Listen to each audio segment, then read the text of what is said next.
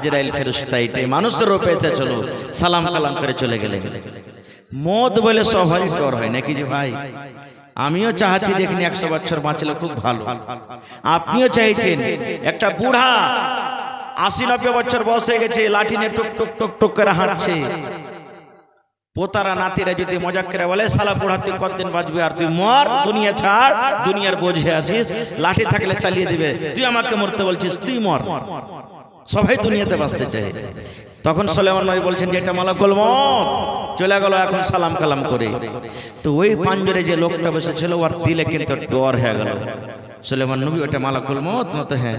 কইছে এক কাজ করেন, আমি আর এই দেশে থাকবো না। কইছে কেনে? কইছে ও চিনে গেল, কখন এসে জান কবজ করে নিয়ে চলে যাবে। তো কোনটা যাবে তুমি? কইছে আমাকে ভারতে হিন্দুস্তানের মাটিতে আমাকে পৌঁছে দেন, বাতাসকে কিংবা জিনেরাকে কহেন আমাকে ওই দেশে পৌঁছে দেন। ঠিক যখন থাকবে না তো আল্লাহ রাব্বুল আলামিনের আদেশে বাতাসকে কিংবা জিনেরাকে হুকুম হলো যাও একে ভারতের মাটিতে পৌঁছে দাও। আধ ঘন্টা পর, 5 ঘন্টা পর বা 15 মিনিট পর আবার মালাকুল মউত চলে গেলেন কোথায়? ফিলিস্তিনের মাটিতে। যাওয়ার পর দেখছেন তো সুলাইমান নবী কিন্তু ওখানে একলাই বসে আছে এখন।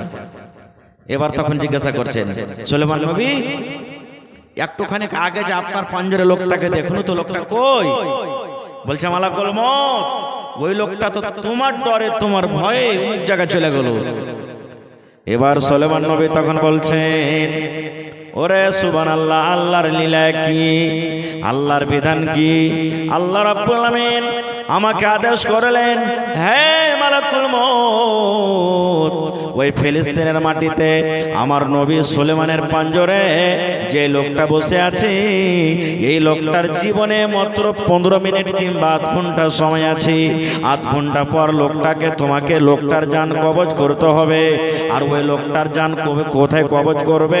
ফিলিস্তিনের মাটিতে নয় রে, এই লোকটার জান কবজ করতে হবে তোমাকে হিন্দুস্তানের মাটিতে। আমি অবাক হয়ে গেলাম, রব্বুল আমিন 10 দিন 15 দিন 20 দিনের রাস্তা আল্লাহ জি ফিলিস্তিন থেকে যদি ভারত আসতে হয় 10 দিন 15 দিন 20 দিন লেগে যাবে, এত লম্বা রাস্তা।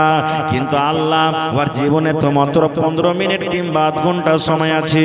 আধ ঘন্টা সময় তো আমি এই ফিলিস্তিনের মাটি থেকে লোকটা কখন হিন্দুস্তানে যাবে আর ওইখানে গিয়ে আমি কখন তার জান কবজ করব, এই চিন্তা বাবা আমি করছিলাম।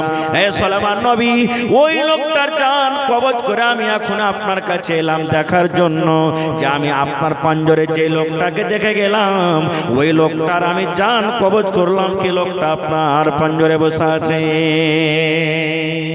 আমি দেখতে এলাম। তাই আল্লাহর কোরআন